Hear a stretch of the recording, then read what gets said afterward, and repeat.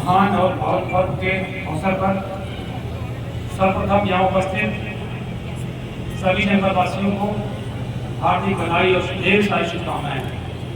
और साथ ही आज के इस गौरवमयी अवसर पर मैं अपने जनपद के, अपने देश के उन सभी महान स्वतंत्रता संग्राम सेनानियों और वीर शहीदों के प्रति हार्दिक श्रद्धांजलि अर्पित करता हूँ, उनका नमन करता हूँ, जिनके त्याग, जिनके बलिदान के फलस्वरूप हमें देश की आज़ादी प्राप्त हुई है। साथियों, देश की आज़ादी हमें अपने महान वीर सपूतों के प्राण न्यौछावर करने, अपने त्याग और अपने बलिदान के परिणाम स्वरूप प्राप्त हुई है। तो सर्वप्रथम हम सभी का कर्तव्य बनता है कि अपने जनपद के, अपने प्रदेश के, अपने देश के उन महान वीर सेनानियों और वीर सपूतों के प्रति उनका नमन करें, उनका वंदन करें, जिन्होंने हमें आज़ादी दिलाई है। इस क्रम में मैं सबसे पहले अपने जनपद के उन महान वीर पुरुषों का नाम लेना चाहूंगा, जिन्होंने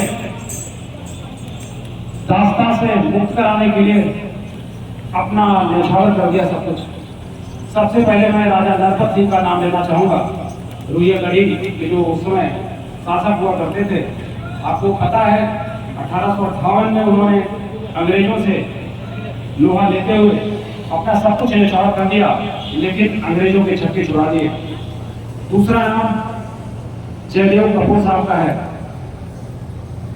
17 साल की उम्र में, इतनी कम उम्र में उन्होंने क्या कुछ नहीं झेला। दिल्ली असेंबली कांड में, जैसा कि आप अवगत होंगे, दिल्ली असेंबली कांड में उन्हें आजीवन कारावास की सजा हुई और आजीवन कारावास की सजा के बाद उन्हें काला पानी अंडमान निकोबार द्वीप समूह भेज दिया गया और वो तब छोड़े जब हमारा देश आजाद हो पाया। और तीसरी सबसे महत्वपूर्ण घटना 1932 में घटी थी, सिमरिया में, जो हरपालपुर थाना क्षेत्र में है। वहाँ नरसंहार हुआ, मिरी जलियांवाला बाग हत्याकांड भी कहा जाता है। और कसूर क्या था हमारे देशवासियों का?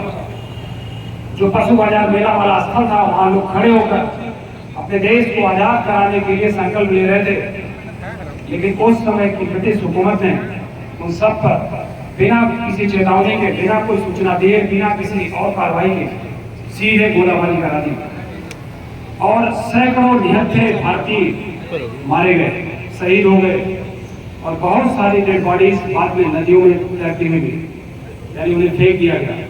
तो ऐसे में हमारे जनपद के वीर पुरुष, महान स्वतंत्रता संग्राम सेनानी, जिन्होंने इस देश को आजाद कराने के लिए अपना तन, मन, धन सब कुछ अर्पण कर दिया।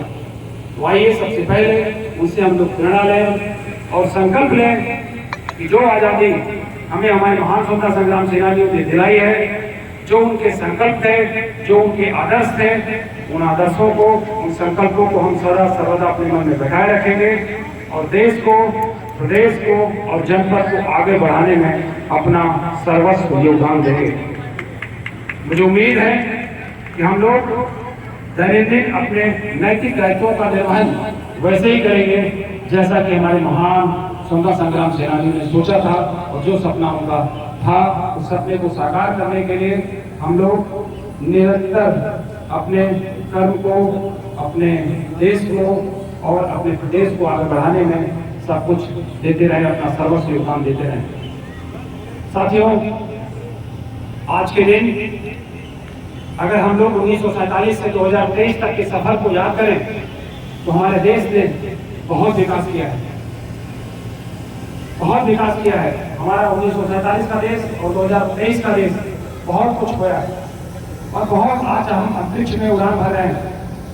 हमारा इंफ्रास्ट्रक्चर डेवलप हुआ है, हमारी इकोनॉमी जो 1947 में निर्धनतम गरीब परिवारों में थी, निर्धनतम गरीब देशों में हुआ करती थी, आज हम दुनिया की 5वीं सबसे बड़ी अर्थव्यवस्था है।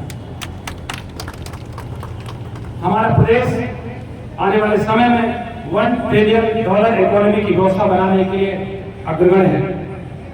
तो आइए ऐसे अवसर पर हम लोग संकल्प लें, शपथ लें कि हम लोग अपने प्रदेश को, अपने जनपद को और अपने देश को आगे बढ़ाने के लिए अपना सब कुछ योगदान देंगे, सर्वस्व योगदान देंगे और जो हमारे स्वतंत्रता संग्राम सेनानियों ने, हमारे जनपद के महान वीर पुरुषों ने, शहीदों ने सपने देखे थे, उन सपनों को भी हम लोग साकार करेंगे।